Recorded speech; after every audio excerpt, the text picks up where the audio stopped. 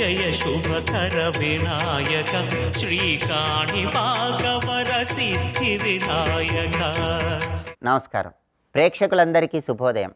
ఈనాటి శుభయోగం శీర్షికన కోజాగరి పూర్ణిమ కౌముదీ లక్ష్మీ వ్రతం సందర్భంగా ఎలాంటి విధి విధానాలు పాటించాలో, కోజాగరి పూర్ణిమకు ఉన్నటువంటి ప్రాధాన్యత ఏంటో పరిశీలిద్దాం. ఆశ్వీజ మాసంలో రాత్రికి పౌర్ణమి తిథి ఉన్న రోజును కోజాగరి పూర్ణిమ అనే పేరుతో పిలుస్తారు. ఈ కోజాగరి పూర్ణిమ విశిష్టత గురించి శాక్తేయ గ్రంథాలన్నింటిలో వివరించారు. వాలఖిల్య మహర్షి తన శిష్యులకు కూడా ఈ కోజాగరి వ్రతం గొప్పతనం గురించి చెప్పాడు. అలాగే శ్రీ విద్యా సంప్రదాయంలో ముఖ్య రాక అనే పేరు కలిగినటువంటి ఒక గ్రంథం ఉంది. దానిలో కూడా ఈ కోజాగరి పూర్ణిమ విశిష్టతను చెప్పారు. కోజాగర్ అంటే అర్థం ఏంటంటే నిద్ర మేలుకొని ఉన్నది ఎవరు అని అర్థం.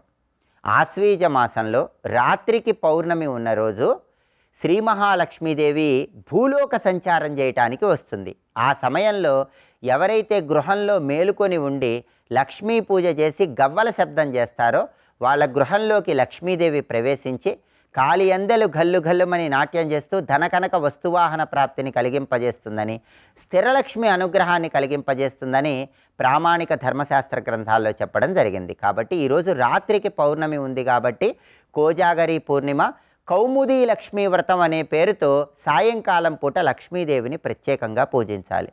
ఈరోజు సాయంకాలం పూట మీ గృహంలో పూజా మందిరంలో ఏనుగులు తొండంతో నీళ్లు తీసుకొని అభిషేకిస్తున్న గజలక్ష్మీదేవి చిత్రపటము లేదా కుడి చేత్తో బంగారు నాణ్యాలు వర్షిస్తున్నటువంటి ధనలక్ష్మీదేవి చిత్రపటాన్ని ఏర్పాటు చేసుకొని ఆ చిత్రపటానికి గంధం బొట్లు కుంకుమ బొట్లు అలంకరణ చేసుకొని ఆవు నెయ్యితో దీపారాధన చేయాలి. తామర ఒత్తులతో దీపారాధన చేస్తే అద్భుత ఫలితాలు కలుగుతాయి. తామర ఒత్తులు అందుబాటులో లేకపోతే జిల్లేడు ఒత్తులతో దీపారాధన చేయాలి. అవి కూడా లేకపోతే పత్తితో చేసిన ఒత్తులతో దీపారాధన చేయాలి. దీపారాధన చేశాక లక్ష్మీ కమలవాసిన్యై స్వాహ అనే విమల మంత్రాన్ని పురుషులు, ఓం శ్రీం శ్రీయై నమః అనే మంత్రాన్ని స్త్రీలు గృహంలో వీలైనన్ని సార్లు పఠించాలి. శ్రీ మహాలక్ష్మీదేవిని పూజించేటప్పుడు తెలుపు రంగు పుష్పాలతో పూజించాలి. పాలతో చేసినటువంటి పాయసాన్ని లక్ష్మీదేవికి నైవేద్యంగా సమర్పించాలి. ఆ తర్వాత ఆ పాయసాన్ని ఆరుబయట వెన్నెలలో 10 నిమిషాల పాటు ఉంచి మళ్ళీ లక్ష్మీదేవి దగ్గర ఉంచి కుటుంబంలో సభ్యులందరూ ప్రసాదంగా స్వీకరించాలి. ఆ తర్వాత కుటుంబంలో సభ్యులందరూ కూడా మీ గృహంలో గవ్వల శబ్దం చేయాలి. అలా గవ్వల శబ్దం చేస్తూ ఉంటే భూలోక సంచారానికి వచ్చే లక్ష్మీదేవి సంపూర్ణమైన అనుగ్రహం వల్ల స్థిరలక్ష్మి అనుగ్రహానికి ప్రతి ఒక్కరూ సులభంగా పాత్రలు కావచ్చు. కాబట్టి కౌముదీ లక్ష్మీ వ్రతం పేరుతో లక్ష్మీదేవిని ఇలా పూజించండి. లక్ష్మీ కటాక్షానికి ప్రతి ఒక్కరూ సులభంగా పాత్రలు కండి. రేపటి శుభయోగం శీర్షికన సూర్యోదయానికి పౌర్ణమి తిథి ఉన్న ఆశ్వీజ పౌర్ణమి సందర్భంగా ఎలాంటి విధి విధానాలు పాటిస్తే సమస్త శుభాలు చేకూరతాయో, అలాగే ఆశ్వీజ పౌర్ణమి సందర్భంగా అమ్మవారికి సంబంధించిన పంచోపచార పూజ ఏ విధంగా నిర్వహిస్తే అమ్మవారి సంపూర్ణమైన అనుగ్రహానికి పాత్రలు కావచ్చో పరిశీలిద్దాం. నమస్కారం.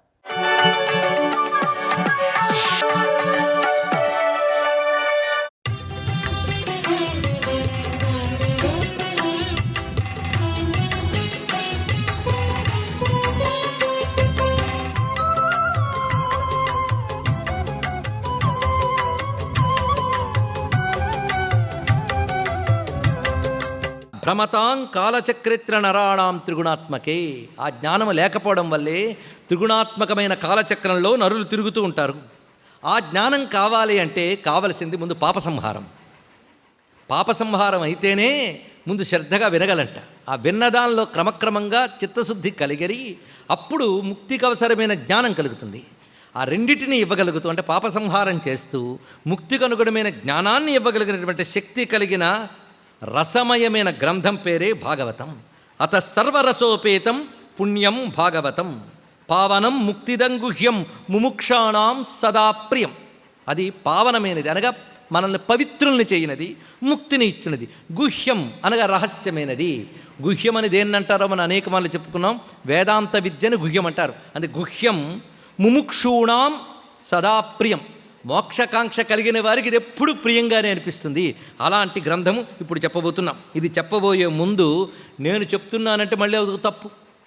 నా బుద్ధికి ఆ తల్లి ప్రేరేపించుగాక అని అమ్మవారిని ప్రార్థన చేస్తున్నారు ఇక్కడ సూత పౌరాణికులు.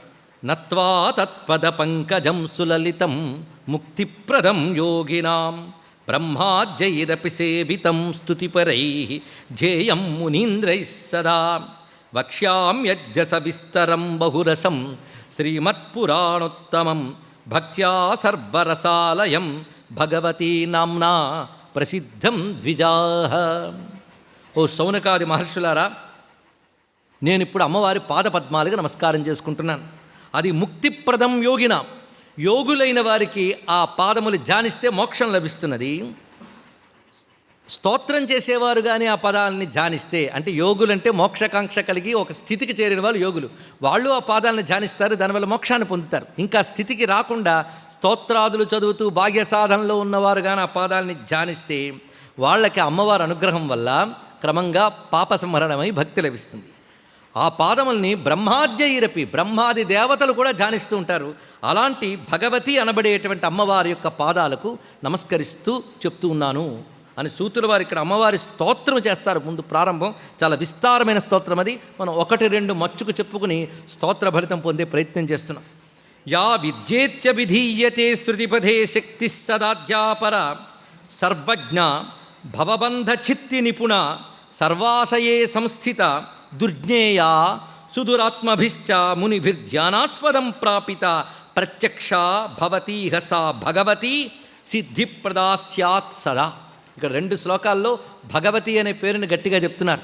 భాగవతం కదా, అందుకే భగవతి. ఈ తల్లి విద్యయని చెప్పబడుతున్నది. విద్య అనగా మోక్షకారకమైనది, ఇది అర్థం. విద్య అంటే మోక్షకారకం అంతే. విద్యని ఎక్కడ చెప్పబడుతున్నది? శృతిపథే, వేదముల యందు విద్యయని ఏ తల్లి చెప్పబడుతున్నదో, ఏ తల్లి ప్రపంచమునందు శక్తిగా ఉన్నదో, ఏ తల్లి ఈ శక్తిగా ఆ విద్యగా ఉంటూ ఆశ్రయించిన వారికి సంసార బంధనాన్ని ఛేదిస్తున్నదో ఆవిడే పశుపాస విమోచన కదా. ఎక్కడున్నదా తల్లి అంటే సర్వాశయే సంస్థిత, అందరి యొక్క హృదయమునందున్నదో ఆ తల్లి. అయితే అందరి హృదయంలో ఉంది కదండి, మరి తెలియబడట్లేదంటే దుర్జ్ఞేయ సుదురాత్మభిశ్చ, గొప్ప మాట. దురాత్ములైన వారికి ఆవిడ దుర్జ్ఞేయ, తెలియబడదు. దుష్టమైన ప్రవృత్తి కలవారికి వారు హృదయంలో ఉన్న అమ్మవారు కూడా తెలియబడదు. ఒకటే మాట ఇక్కడ చూడండి, మురికి పట్టినటువంటి బురద నీటి లోపల మీరు బంగారు రత్నం వేస్తే కనబడదు. ముందు ఏం కావాలి? ఆ బురద అడుగంటాలి, అప్పుడు కనబడుతుంది అది ఇక్కడ. అలాగే దురాత్మ అయినటువంటి వాళ్ళకి, అంటే వాళ్ళ యొక్క చిత్తము దుష్ట సంస్కారములతో కూడినట్లయితే ఆ తల్లి దుర్లభ, అందుకు దుర్జ్ఞేయ. మరి ఎవరికయ్యా సులభం అంటే మునిభిర్ధ్యానాస్పదం ప్రాపిత. మునులు అంటే మననశీలురు అని ఒక అర్థము, మనోవికారము లేనివారు అని ఒక అర్థం. అటువంటి వారు ధ్యానము ద్వారా తల్లిని పొందగలరు. ఇప్పుడు అమ్మవారంటే ఎంత చక్కగా వివరించారో చూడండి. వేదముల యందు విద్యగా ఉన్నది ఆ తల్లి, విశ్వమునందు శక్తిగా వ్యాపించినటువంటిది ఆ తల్లి, దుష్ట ప్రవృత్తి కలవారికి దొరకనిది, మననశీలురై మనోవికారములను నియంత్రించిన మౌనులకు ఆ తల్లి ధ్యానంలో గోచరిస్తుంది. ప్రత్యక్షాభవతి, ప్రత్యక్షమవుతుంది అన్నారు ఇక్కడ. వారికి అనుభవానికి వస్తుందిట. అందుకే అమ్మవారు ఎవరికయ్యా అనుభవానికి వస్తుందంటే మునులకు అనుభవానికి వస్తున్నది. మునులకు కూడా ఎక్కడ అనుభవానికి వస్తుంది? ప్రత్యక్షం ఎక్కడవుతున్నది? ఎదురుగా కనబడుతూ ఉంటుందా ఎర్ర చీర కట్టుకుని? ఎక్కడ కనబడుతుంది అంటే ధ్యానాస్పద, వారి ధ్యానమనందు హృదయంలో ఆవిడ ప్రత్యక్షమవుతున్నదయ్యా. అలాంటి ఆ తల్లిని, సర్వసిద్ధి ప్రదురాలిని నేను ఆశ్రయిస్తున్నాను అని ప్రారంభించి ఈ దివ్యమైన పురాణాన్ని, దాని యొక్క స్వరూపాన్ని చెప్తున్నాడు. ఇందులో మొత్తం 18,000 శ్లోకాలు ఉన్నాయి. చిత్రం ఏంటంటే కృష్ణ భాగవతం యొక్క సంఖ్య కూడా ఇదే విధముగా ఉన్నది. స్కంధములు 12, దానివలనే 12 స్కంధములు ఉన్నాయి. 318 అధ్యాయాలు ఉన్నాయి. ఇది వివరించారు ఇక్కడ. ఇందులోనూ సుఖయోగిందుల చరిత్ర, వ్యాస చరిత్ర, భారతం ఇవన్నీ ఉన్నాయి. చిత్రం ఏంటంటే అటు పరీక్షిన్ మహారాజు శరీరత్యాగం చేసిన తర్వాత పరీక్షిన్ మహారాజుకి మరణహేతువైనటువంటి ఏ తక్షక సర్పం ఉన్నదో దానిపై ఒకానొక క్రోధంతో సర్పయాగానికి సిద్ధపడ్డాడు జనమేజయుడు. ఆ సర్పయాగాన్ని ఆస్తిక మహర్షి వచ్చి ఆపివేశాడు. చక్కగా ధర్మబోధ చేసి ఆపివేశాడు. ఇది భారతంలో కూడా మన ప్రస్తావన ఉన్నది. ఎప్పుడైతే జనమేజయుడు తిరిగి ఈ సర్పయాగం నుంచి విరమించుకున్నాడో ఆ సమయంలో అక్కడ వ్యాసులు వారు వచ్చి ఉపదేశం చేసి, రానున్న కలియుగానికి తరింపజేయడానికై ఒక అద్భుతమైన గ్రంథం చెప్తాను, పైగా నీకు కూడా మనశ్శాంతి కలిగి సత్యమేదో తెలియడం కోసం ఈ గ్రంథం ఉపకరిస్తున్నది. ఎందుకంటే ఎన్ని కబుర్లు చెప్పుకున్నా అమ్మవారు అనుగ్రహం లేనిది బంధం నుంచి బయటపడలేరు, ముక్తి కూడా లభించదు. అవిద్య అని తెలుస్తూనే ఉంటుంది కానీ అవిద్య నుంచి బయటపడలేం. జీవాత్మ, పరమాత్మ, దేహాత్మ, భ్రాంతి కబుర్లకేం చాలామంది చెప్తారు. కొందరికి పదాలు వింటే ఎలర్జీ. విన్నాం, దేహాత్మ భ్రాంతి అంటే భయం, జీవాత్మ అంటే భయం. ఇలాగ అవంటే ఎలర్జీ పుట్టిందంటే అర్థం ఇంకా కొన్ని జన్మల దూరం ఉన్నాం మోక్షానికి అర్థంట. వేదాంత పరిభాష అర్థమైనా అర్థం అయిపోయినా వింటే ఆనందం కలగాలండి కనీసం. తర్వాత అర్థం చేసుకునే ప్రయత్నం చేయాలి. ఆ తల్లి కృప ఉంటేనే మోచనం కానీ బంధనం కానీ. యోగ్యత లేని వారికి బంధం ఇచ్చేది ఆ తల్లి, యోగ్యత ఉన్నవారికి మోక్షం ఇచ్చేది ఆ తల్లి. బంధం ఇచ్చేటప్పుడు ఆ తల్లే అవిద్యగా ఉన్నది, మోక్షం ఇచ్చేటప్పుడు ఆ తల్లే విద్యగా ఉన్నది. విద్యా స్వరూపిణి వ్యాపిని వివిధాకార చదువుతున్నాం కదా. వ్యాపిని వివిధాకార అయిన తల్లి. అందుకే ఆ తల్లి అనుగ్రహం లేనిది ఎన్ని కబుర్లు చెప్పినా లాభం లేదు నాయన. అందుకే నీకు ఆ తల్లి గురించి చెప్తున్నానని వ్యాసులు వారు జనమేజయునికి చెప్పినటువంటి గ్రంథమే దేవి భాగవతం. ఇది చూడండి, ఇక్కడ అన్ని పురాణాలు ఒక్కొక్కరికి ఇచ్చి పంపించాడండి. 4 వేదములు 4 శిష్యులకి ఇచ్చి పంపించాడు. పైల, జైమని, సుమంత, వైశంపాయనులకి. భారతం మళ్ళీ వైశంపాయనుడికి ఇచ్చి బోధించవయ్యా అని చెప్పాడు. 18 పురాణాలు సూతుల వారికి ఇచ్చాడు. భాగవతం సుఖయుగంధుడికి ఇచ్చాడు. తానే రచించినా వాళ్ళకిచ్చి వ్యాపింపజేశాడు. కానీ దేవి భాగవతం సూతుడికి చెప్పినా ఈయన స్వయంగా వైశంపాయనుడికి వెళ్ళి చెప్పాడు వ్యాసుడు. అందుకే వ్యాసుడు స్వయంగా చెప్పిన పురాణం, అంటే తాను ప్రధాన వక్తగా ఉండి చెప్పినటువంటి పురాణం దేవి భాగవతం. అది దీని యొక్క ప్రత్యేకత. సాక్షాత్ వ్యాసుడే జనమేజయునికి చెప్తున్నాడు. అందులో ఒక మాట అంటాడు, కొన్ని స్కంధముల తర్వాత వస్తుంది కానీ ముందే చెప్పుకుంటే మరింత శ్రద్ధగా వింటామని. లేకపోతే ఆఖరికి చెప్పామండి, ఇంత మహిమందని తెలిస్తే ముందు నుంచి జాగ్రత్తగా వినేవాళ్ళం కదండి అంటారేమోనని ముందే చెప్తున్నా. ఈ తల్లి యొక్క చరిత్ర గురించి చెప్తూ పదే అశ్వమేధ ఫలం అశ్నుతే అన్నారు. ఇక్కడ పదే అనే మాట చాలా చమత్కారంగా వాడాడండి వ్యాసుడు. దేవి భాగవతం విన్నప్పుడు ఎన్ని పదాలు చెవిలో పడతాయో అన్ని యజ్ఞాలు చేసిన ఫలితం అని చెప్పారు. ఇక్కడ అంత గ్రంథం ఉంది. అంతేగా పదం అంటే అడుగుని అర్థం ఉన్నది. పదే ఎన్ని అడుగులు వేసుకుని ఈ కథ వినడానికి వస్తామో అన్ని అడుగుల సంఖ్యతో కూడిన యజ్ఞములు చేసిన ఫలితం లభిస్తుంది. సర్వం శ్రీ జగన్మాతృ చరణారవిందార్పణమస్తు. స్వస్తి.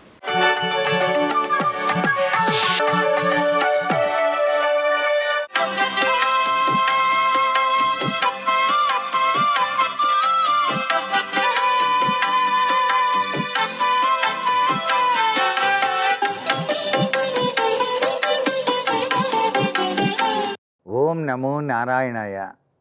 ఓం నమశివాయ. శ్రీమాత్రే నమః.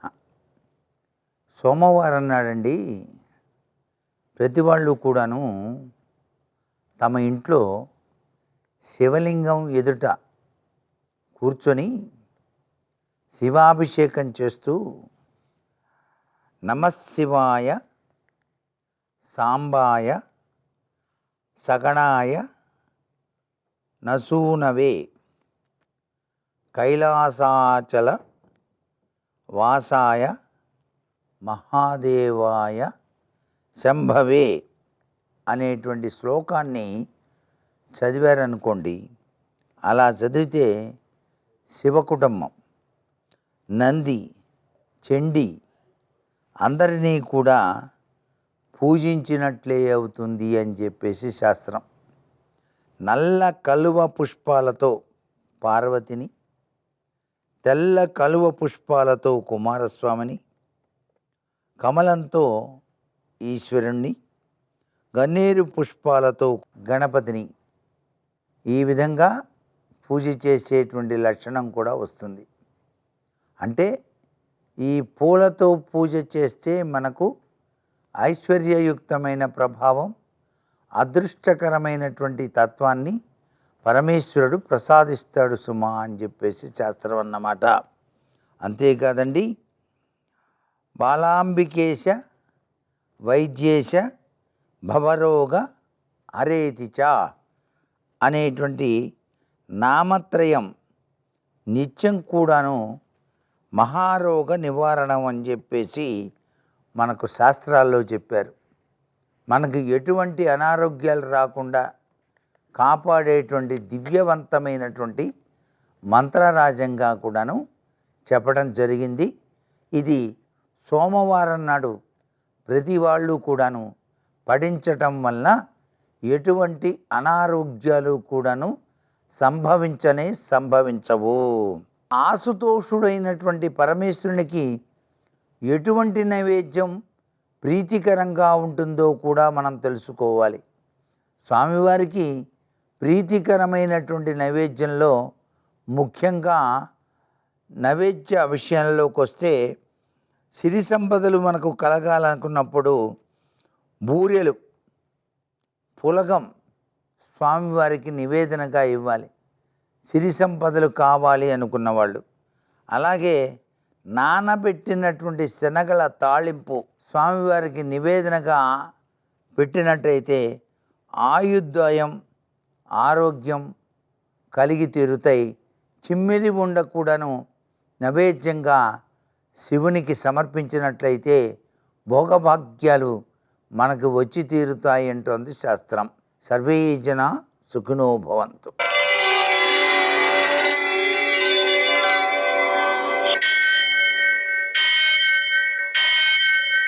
సహస్రశీరుషం దేవం విశ్వాక్షం విశ్వశంభువం విశ్వం నారాయణం దేవమక్షరం పరమం పదం విశ్వతః పరమాం నిత్యం విశ్వం నారాయణగుం హరిం విశ్వమేవేదం పురుషస్తద్విశ్వముపజీవతి పతిం విశ్వస్యాత్మేశ్వరం శాశ్వతం శివమచ్యుతం నారాయణం మహాజ్ఞేయం విశ్వాత్మానం పరాయణం.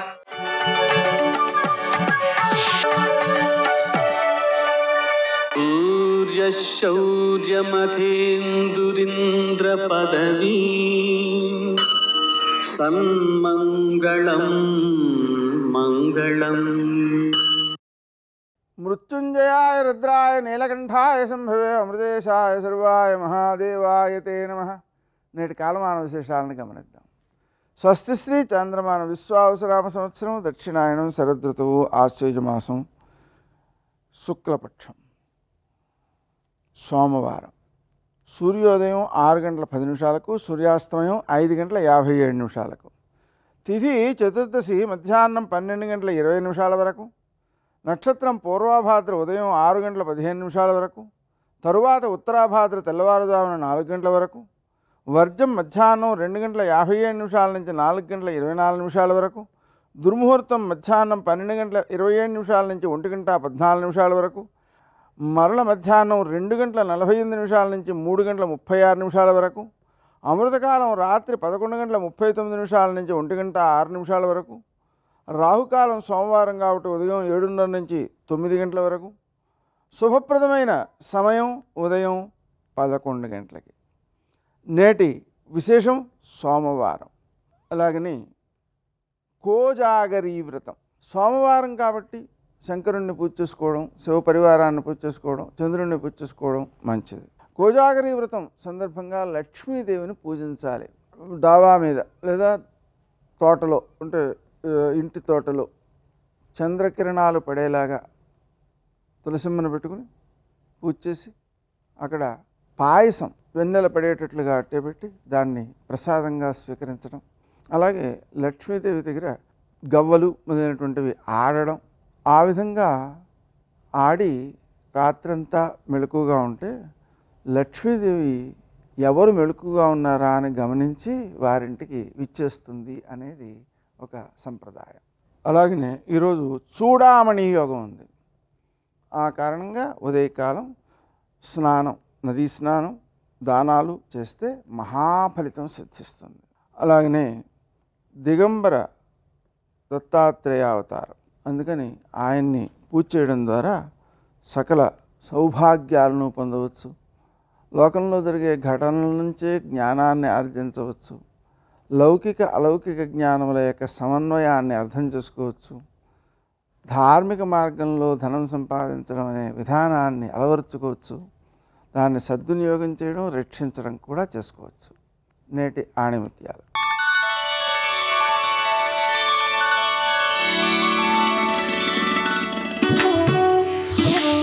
అపనమ్మకంతో పని మొదలు పెట్టవద్దు.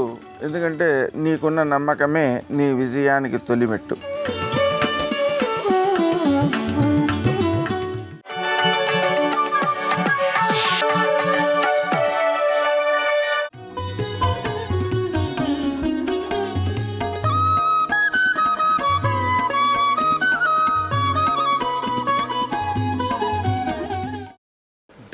ధార్మికమైన నడవడి ఏది ఉన్నదో అది నిజమైన భక్తి. అప్పుడు ఆ తల్లి భయాన్ని పోగొట్టి కాపాడుతోంది.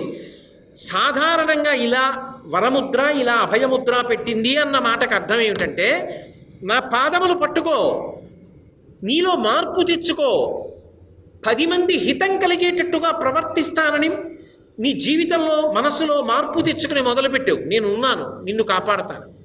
అది వరముద్ర. జీవితంలో పైకి ఎదగడం మొదలుపెట్టు. ఎన్నాళ్ళు దీపం ఎన్ని ఒత్తులేస్తావు దగ్గర ఆగిపోతావు, ఎన్నాళ్ళు దీపం వెలిగించడం దగ్గర ఆగిపోతావు. అంతకన్నా పైకి ఎక్కవలసిన అవసరం ఉంది. పైకెక్కు, ఆత్మవిచారం చెయ్యి, నువ్వెవరో తెలుసుకునే ప్రయత్నం చెయ్యి, భయం పోతుంది. పైకెక్కని చెప్పడానికి ఇలా పెడుతుంది అభయముద్ర. అది శంకరాచార్యుల వారి ప్రతిపాదన. నిత్యానందకరీకి కొనసాగింపు. నిత్యానందకరీ వరాభయకరీ సౌందర్యరత్నాకరీ. ఎందుకు చెయ్యాలమ్మా నువ్వు ఇవన్నీ? ఎరా అబ్బాయి, ఎందుకు చెయ్యాలి నేను? నీ చెప్పినట్టే వింటున్నావా? నీ చెప్పినట్టే బ్రతికావా? నీకు నేను ఇన్ని ఇచ్చానే, ఇన్ని భోగములు ఇచ్చానే, ఇంత శక్తినిచ్చానే. యాదేవి సర్వభూతేషు క్షుధారూపేణ సంస్థిత నమస్తస్యై నమస్తస్యై నమస్తస్యై నమో నమః. యాదేవి సర్వభూతేషు నిద్రారూపేణ సంస్థిత నమస్తస్యై నమస్తస్యై నమస్తస్యై నమో నమః. నిద్ర వచ్చేటట్టుగా చేసి శరీరమునకు కలిగిన బడలికని తీర్చి ఇంద్రియములకు మళ్ళీ శక్తినిచ్చినా ఆవిడే. ఆకలి రూపంలో మంట పుట్టించి లోపల అన్నం అయిపోయిందిరా అని చెప్పినా ఆవిడే. అన్నం రూపంలో వచ్చి మళ్ళీ కడుపు నింపినా ఆవిడే. దాన్ని జీర్ణం చేసిన ఆవిడే, శక్తినిచ్చిన ఆవిడే, ఆలోచనలు ఇచ్చిన ఆవిడే, కీర్తినిచ్చిన ఆవిడే, తరింపజేసిన ఆవిడే, మోక్షమిచ్చిన ఆవిడే. అయినప్పుడు నేను ఇన్ని చేయడానికి సిద్ధంగా ఉన్నాను కదా, నువ్వేం చేశావు, ఏమిటి నీ అర్హత అంటావేమో. నా అర్హత నువ్వు సౌందర్యవతివి కావడమే. అదేమిటి? సౌందర్యరత్నాకరీ. ఇది శంకరాచార్యుల వారి యొక్క గాంభీర్యం స్తోత్రంలో. ఎవరు చేయగలరు ఇలాంటి స్తోత్రాలు? రత్నాకరి అంటే సముద్రం, సౌందర్యరత్నాకరి. ఆమె సౌందర్యముట సముద్రపు లోతు ఎలా ఉంటుందో ఆవిడ సౌందర్యం అలా ఉంటుంది. సౌందర్యము అన్న మాట నేను వాడినప్పుడు మీరు అది కేవలము బాహ్యంలో ఉన్న అందము అని పొరపాటు పడకూడదు. శంకరాచార్యుల వారు సౌందర్య లహరి అని చేశారు. సౌందర్య లహరి అంటే అర్థం బద్ధం లేని ఏదో బాహ్యంలో అందాలకు సంబంధించిన విశేషాలు, అక్కర్లేని విషయాలకు సంబంధించిన కార్యక్రమాలు సౌందర్య లహరి అని కాదు. సౌందర్య లహరి అన్న దానికి అర్థం ఏమిటంటే అంతఃసౌందర్యం. ఎవరు సౌందర్యము అంటే అమ్మతనం సౌందర్యం. మీరు బాగా పట్టుకున్నారా లేదు? అమ్మతనంలో ఏముంటుంది? కేవలము ప్రేమ. మీరు బాగా పట్టుకోండి నేను అన్నమాట. అమ్మ యందు అందం చూడరు. అమ్మకి బిడ్డ అందంతో సంబంధం లేదు. బిడ్డ అమ్మకి అందము, అమ్మ కొడుకు అందం, అంతే. మీకు ఇంకా బాగా అర్థం అవ్వాలంటే ఓ పసిపిల్లవాడు ఉన్నాడు, వాడికి 5వ నెల. వాళ్ళ అమ్మ ఉంది, నల్లగా ఉంటుంది. ముందు పళ్ళు పైకి వచ్చేసి కింది పెదివి మీదకి ఎక్కుతాయి.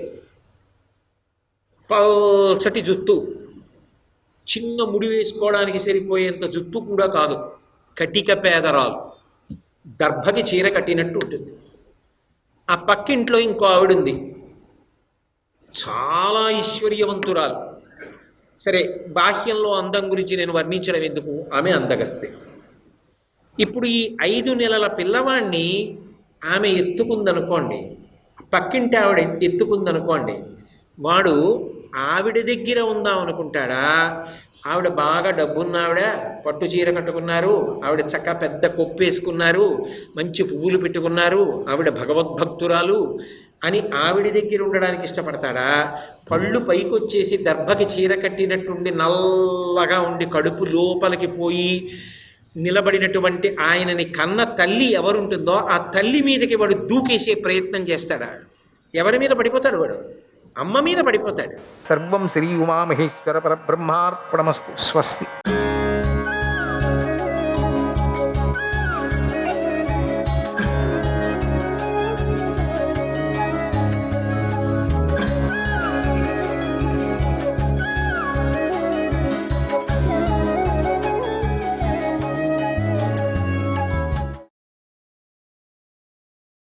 శ్రీ మహావిష్ణువు ఏమీ తెలియనట్లుగా దేవతల వంక చూసి, దేవతా శ్రేష్ఠులారా, ఎదిగిపోయాడు. అప్పుడే చిన్నపిల్లకాయం కాదు, ఇంత అయిపోయాడు. గుజ్జు గుజ్జుగా ఉన్నాడు, ముద్దు ముద్దుగా ఉన్నాడు, పొట్టి పొట్టిగా ఉన్నాడు, తెల్ల తెల్లగా ఉన్నాడు, గుండు గుండుగా ఉన్నాడు, ముద్దు ముద్దుగా ఉన్నాడు, చూడటానికి అద్భుతంగా ఉన్నాడు, పండులాగా ఉన్నాడు, మామిడి పండులాగా ఉన్నాడు. దేవత శ్రేష్ఠులారా, నేను మీకోసం ఏం చేయాలి, మీకు ఏం వరాలు ఇవ్వాలి అని అమాయకంగా అడిగాడు. ఆ మాటలు విన్న దేవేంద్రాదులు ఇలా విన్నవించారు. దేవదేవ, రాక్షసరాజైన బలిచక్రవర్తి మహోన్నతంగా వెలిగిపోతున్నాడు. అతడి తపస్సు, పరాక్రమము, ఇంద్రియ నిగ్రహము, వేద విజ్ఞానము అన్నీ ఉత్తమంగా ఉన్నాయి. అందుకనే ఆ మహాత్ముడికి బ్రహ్మదేవుడు అద్భుతమైనటువంటి వరాలు ఇచ్చి ఉన్నాడు. అంతా ఉపజెపుతున్నారు పరమాత్ముడికి, ఆయనకేం తెలీదా? ఆ వరాల ప్రభావం వల్ల అతడు మా రాజ్యాలన్నీ గుంజేసుకున్నాడు.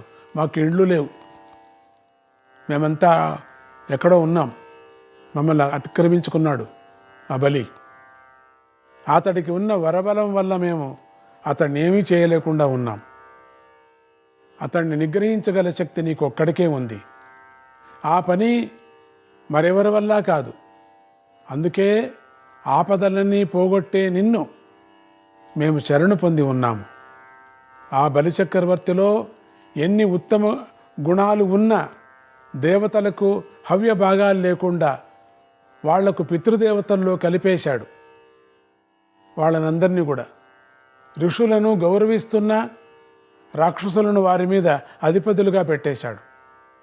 కనుక దేవా, ఋషులకు దేవతలకు క్షేమం కలగాలంటే, మళ్ళీ వాళ్ళ పూర్వస్థితి వాళ్లకు దక్కాలంటే, ఎవరి హవిర్భాగాలు వారికి అందాలంటే, మళ్ళీ దేవేంద్రుడు త్రిలోక సామ్రాజ్యాధిపతి కాక తప్పదు. హవిర్భాగాలంటే హోమములో ఇచ్చేటువంటి, హోమం కాదు యజ్ఞం, యజ్ఞాల్లో ఇచ్చేటువంటి భాగాలు. స్వాహ అంటుంటామే, బృహస్పతి స్వాహ, ఇంద్రాయ స్వాహ, మీరు వినిండొచ్చు. దేవతల పేర్లన్నీ వస్తూ ఉంటాయి అక్కడ. వరుణ స్వాహ, చాలా వరకు యజ్ఞయాగాదులు అప్పుడప్పుడు చేస్తూ ఉంటాం కదా. ధర్మం నిలిచాలి కదా, ఏ ప్రచారం లేకుండా చేస్తూ ఉంటాం. మా దేవతారాధన జరుగుతూ ఉంటుంది. అదృష్టం ఉండేవాళ్ళు వచ్చి చూస్తూ ఉంటారు. దేవా, నువ్వు మాకు సోదరుడిగా జన్మించావు కనుక, అదితి కశ్యపుల కడుపు పంటగా అవతరించావు గనుక, తల్లిదండ్రుల రుణం తీరటం కోసం నువ్వు ఈ దేవకార్యాన్ని చేసిపెట్టు. అంటే త్రిలోక సామ్రాజ్యాన్ని బలి దగ్గర నుంచి తీసేసుకుని ఈ దేవేంద్రుడికి అందించు. ప్రస్తుతం ఆ బలిచక్రవర్తి ఒక అశ్వమేధయాగ దీక్షలో ఉన్నాడు. ఇలాంటి సమయంలో అతన్ని ఎలా లొంగదీయాలో ఆ ఉపాయం నువ్వే ఆలోచించు, అది మాకు తెలియటం లేదు అని ప్రార్థించారు. దేవతల మనవి విన్న మహావిష్ణువు, దేవతలారా, మీలో బృహస్పతికి యజ్ఞశాల ప్రవేశం సులభంగా లభిస్తుంది కనుక బృహస్పతి నన్ను తీసుకొని ఆ యజ్ఞశాలకు వెళ్ళుగాక. అలా నన్ను బలి యజ్ఞశాలలోకి చేరిస్తే ఆ తర్వాత అతని నుంచి రాజ్యం లాక్కోవటానికి ఏమి చేయాలో అది నేను చేస్తాను అన్నాడు మన వామనమూర్తి వారు. అలా అంటూనే ఆ బాలుడు వామనుడుగా మరిగుజ్జువాడిగా మారి ఇంకా చిన్నగా మారిపోయాడు. వీళ్ళకి దేవతలకు సరి కనపడ్డాడు. మరిగుజ్జువాడిగా మారి మెడలో యజ్ఞోపవీతము, ఆహా, ఆ స్వామిని జ్ఞాపకం చేసుకోండి, భుజాన కృష్ణాజినోత్తిర్యము ధరించి ఒక చేతిలో గొడుగు మరో చేతిలో కర్ర పట్టుకొని ప్రయాణానికి సిద్ధమయ్యాడు. దేవతలను రక్షించాలంటే ఈ వేషం వేసుకోవాలా పరమాత్ముడు. ఆ వేషంలో బాలశ్రీహరి బృహస్పతితో కలిసి బలిచక్రవర్తి యొక్క యజ్ఞవాటికకు వెళ్ళి అందరూ వినేటట్లుగా ఆ యజ్ఞ వైభవాన్ని అనేక విధాలుగా మెచ్చుకోసాగాడు. పొట్టిగా ఉండేటువంటి పరమాత్ముడు వామనుడు అక్కడికి వెళ్ళి దాన్ని అంతా మెచ్చుకుంటున్నాడు, ఆ యజ్ఞాన్నంతా కూడా. జరిగేది అశ్వమేధ యాగం గనుక యజమానుడైన బలిచక్రవర్తి అవసరమైతే యుద్ధానికి వెళ్లేందుకు వీలుగా కవచాలు ధరించి అంగరక్షకులతో కలిసి యజ్ఞశాలలో కూర్చొని ఉన్నాడు. ఆ చక్రవర్తి ఈ నూతన బాలుడి మనోహర వాక్ప్రవాహానికి సమ్ముగ్ధుడైపోతున్నాడు. ఆ స్వామిని మనం చూడొచ్చు కళ్ళు మూసుకుంటే, ఆ వామనమూర్తిని. వామన ప్రభువు యజ్ఞశాలలోకి ప్రవేశిస్తూనే తన యోగ బలం చేత అక్కడుండే శుక్రాచార్యుడి మొదలైన సకల ఋత్విగ్గణాల తేజస్సును గుంజేసుకొని వాళ్లకు వాగ్బంధం చేసేశాడు. లేకపోతే అక్కడ శుక్రాచార్యుడు ఉన్నాడు, చాలా ఆటంకం చేస్తాడని తెలుసు. చేశాడు కొంచెం, ఈయన చేస్తే కదా అని చెప్పేసి ఏం చేశాడు మన వామనమూర్తి? అక్కడ ఉండిన మహాత్ములందరి మహానుభావులు మహర్షులు అందరి వాక్ తేజస్సు అంటే మాటలు రాకోకుండా ఉండేటువంటి తేజస్సును గుంజేసుకున్నాడు. ఈ మరుగుజ్జు అంతా అలా రాగేసుకున్నాడు, వాగ్బంధం చేసేశాడు. మాటలు రావు ఇంకా అక్కడ కూర్చున్నటువంటి వాళ్ళెవరికి కూడా. అలా చేసిన వామనస్వామి ఆ యజ్ఞంలో జరుగుతున్నటువంటి హోమ విధానాలను, దాన విధానాలను, సభా విధానాలను మెచ్చుకుంటూ మహోపన్యాసం చేస్తూ ఉంటే శుక్రాచార్యులు మాత్రమే కాక ఆ సభలోని ఇతర మహర్షులు కూడా నోరెత్తి రెండో మాట మాట్లాడలేకపోయారు. పొగుడుతున్నాడు వచ్చినవాడు. కొంచెం ఎత్తైనటువంటి ప్రదేశంలో ఒక బంగారు పాత్ర తపెల ఉండింది, పెద్ద తపెల. ఆ తపెలను బోర్ల వేసుకొని దాని మీద నిలబడ్డాడు బాలకుడు. నిలబడి తన కర్రను అట్లా పట్టుకొని గట్టిగా చెప్తున్నాడు, పొగుడుతున్నాడు. ఇది ఎంత మంచి యజ్ఞం, ఇది ఏం ద్రవ్యాలు ఇవి, ఏం మంత్రాలు ఇవి, ఏం వైభవం ఇది. ఆయన చూడలేదా మహానుభావుడు? కానీ ఎందుకో పొగిడిందే. ఏమో మాయనో చేస్తున్నాడు ఇక్కడ పరమాత్ముడు.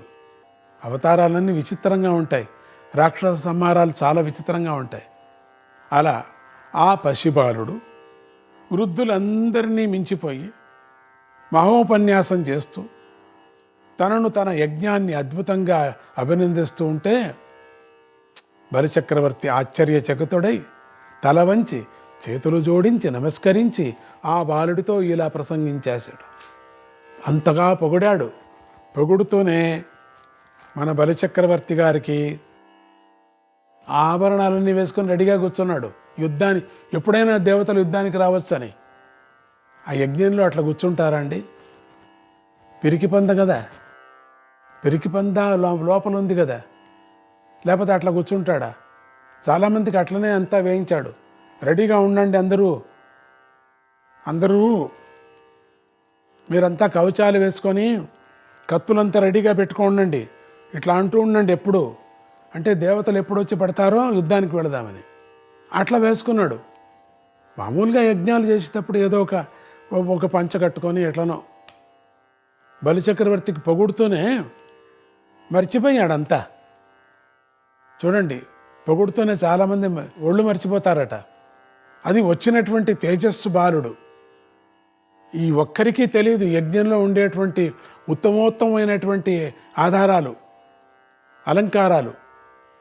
అందరికీ ఈయనకి తెలుసు కదా, పరమాత్ముడు కదా. అవన్నీ చెప్తూ ఉంటే ఈయనకు సంతోషమైపోయి ఆ కవచమంతా అట్లా తీసిపెట్టి, ఓ బ్రాహ్మణోత్తమ, ఎక్కడి నుంచి వస్తున్నావు? మీ పేరేమిటి? ఎవరబ్బాయివి నువ్వు? ఎందుకోసం ఇక్కడికి వచ్చావు నాయనా? ఎంత చిన్న పిల్లకాయవి నువ్వు? నీలాంటి మహామేధావిని నేను ఇంతవరకు చూడనూ లేదు, విననూ లేదు. మా రాక్షసుల్లో ఎవరు ఇట్లా పుట్టనూ లేదు, పుట్టబోయేది లేదు. అస్సలు నేను చూడలే. నువ్వెవరు? ఎక్కడి నుంచి వచ్చావు? నీవేమిటి? మీ తల్లిదండ్రుల పేరేమిటి? మీ ఊరేమిటి? ఏం చదువుకున్నావు? నీ రూపం చూడు ముచ్చటగా ఉంది, ముద్దు పెట్టుకోవాలా అనిపిస్తుంది. నీ వాక్ప్రవాహం సమ్మోహంగా ఉంది, మేమంతా సమ్మోహనంగా పడిపోయాం. ఏం మాట్లాడతావయ్యా నువ్వు? పటపట పటపట పటపట పటపట అని. నీ వేద విజ్ఞానం లోకోత్తరంగా ఉంది. ఎంత అద్భుతమైనటువంటి వేదాలు చెప్తున్నావు. నిన్ను చూస్తుంటూనే ఎంత సంతోషంగా ఉంది అంటే ముద్దు పెట్టుకున్నామనిపించింది, ఎత్తుకోవాలనిపిస్తుంది. దేవతల్లో కానీ, ఋషుల్లో కానీ, సిద్ధుల్లో కానీ, రాక్షసుల్లో కానీ, పితృదేవతల్లో కానీ నీలాంటి పిల్లవాడు లేనే లేడయ్యా. ముద్దులోనికి వస్తున్నావు. ఆహా, ఎంత అద్భుతంగా ఉన్నావు. ఏమి తేజస్సు నీది. ఎర్రగానూ లేవు, నల్లగానూ లేవు, గోధుమ రంగులోనూ లేవు. ఏమి రంగయ్యా ఇది? అద్భుతమైన రంగు. ఈ రంగు నేను చూడలేదయ్యా. ఎంత అద్భుతంగా ఉందయ్యా ఈ పాదాలు అని అనుకుంటున్నాడు. వేదమాత పరమాత్మను వర్ణిస్తూ యోషి శోషి అంది. అంటే నువ్వు ఎలాంటి వాడవో చెప్పలేకుండా ఉన్నావయ్యా. యోషి శోషి ఈ భాష, వేద భాష. నిన్ను ఎవరూ వర్ణించలేకపోతున్నాం. అంటే నువ్వు ఎలాంటి వాడివో అలాంటి వాడివే అంది వేదమాత. వేదమాత పరమాత్మని గురించి ఏం చెప్పింది? నువ్వు ఎటువంటి వాడువు అటువంటి వాడివే. అంటే వేరే దానికి పోల్చడానికి వీల్లేదే. దానికి ఇప్పుడు ఇదేనైనా ఒక వస్తువుని పొగడాలంటే నీ అంతటి వాడు లేడు అంటే ఇంకొకడు ఉంటే వాడిని పోల్చొచ్చు. అంతటి వాడు లేడు. అందుకని నీ ఎటువంటి వాడివి? నీ అంతటి వాడివే, అంతే. నీకు నువ్వే సాటి. ఓ బ్రాహ్మణోత్తమ, నువ్వు కూడా అలాగే కనిపిస్తున్నావు.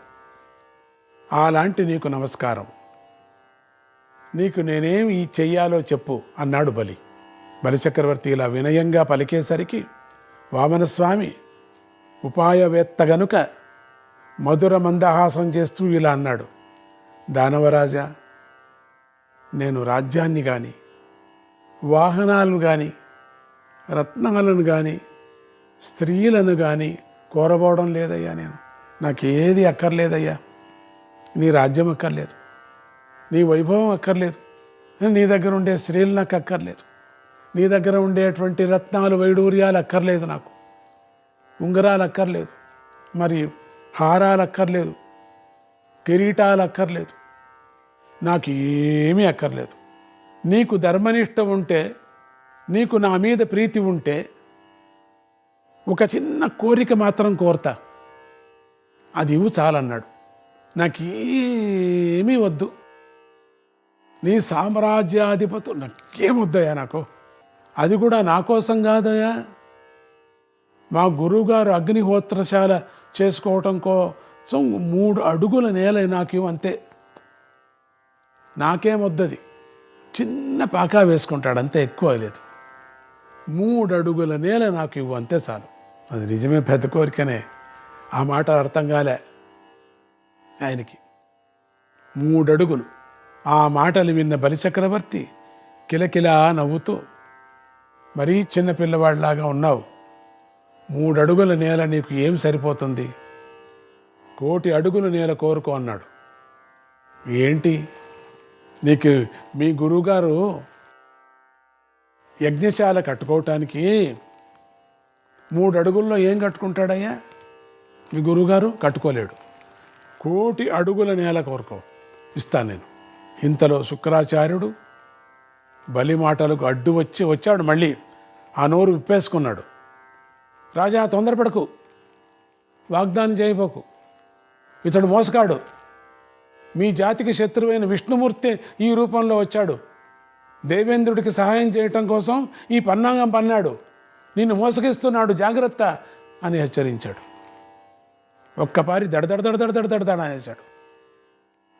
ఉండు, చేతికి నీళ్లు తీసుకుంటున్నావు, జాగ్రత్త. చేతికి నీళ్లు తీసుకుంటే ఇచ్చేసినట్టే లెక్క అయిపోతుంది. ఉండు, ఆగు. మోసగాడు వచ్చినవాడు సాక్షాత్ విష్ణుమూర్తి, దేవతలకు సహాయంగా వచ్చాడు. నీవు మోసపోతావు, వివేచన పనిలేదు నువ్వు. అది విని బలిచక్రవర్తి ముఖం చాటంత ఇంత పెద్ద ముఖం అయిపోయిందట. ఆనందంగా, గురుదేవా, స్వయంగా విష్ణుమూర్తే యాచకుడిగా వస్తే నా చెయ్యి పైన కదా. ఉత్తమ పాత్రుడు మనకి ఎక్కడ దొరుకుతాడు? పరమాత్ముడు చెయ్యి కింద, నా చెయ్యి పైన, ఇక నాకన్నా యోగం ఎవరికుంది అనేసి ఇక నేను కొంచెం సేపు కూడా నేను వెనుకాడను. బంగారు జలపాత్రను చేతిలోకి తీసుకొని వామన భగవానుడి వంక తిరిగి, విప్రేంద్ర, తూర్పు ముఖంగా నుంచో, నేను ఇచ్చే దానం స్వీకరించు, ఏమి కావాలో ఎంత కావాలో మళ్ళీ స్పష్టంగా చెప్పు అన్నాడు. ఇప్పటికైనా చెప్పు పోని. వామన భగవానుడు తనకు 3 అడుగులు భూమిక చాలని మళ్ళీ స్పష్టం చేశాడు. బలిచక్రవర్తి ఆలస్యం చేయకుండా దానం చేసేశాను అనేశాడు నీళ్లు పోసి. దానికి వామన భగవానుడు అంటే, రాజా అలా కాదు, సంకల్పపూర్వకంగా దాన జలాన్ని నా చేతిలో వదిలిపెట్టు, అప్పుడే నీ మాట నమ్ముతాను. నోటి మాటతో నాకు నమ్మకం లేదు.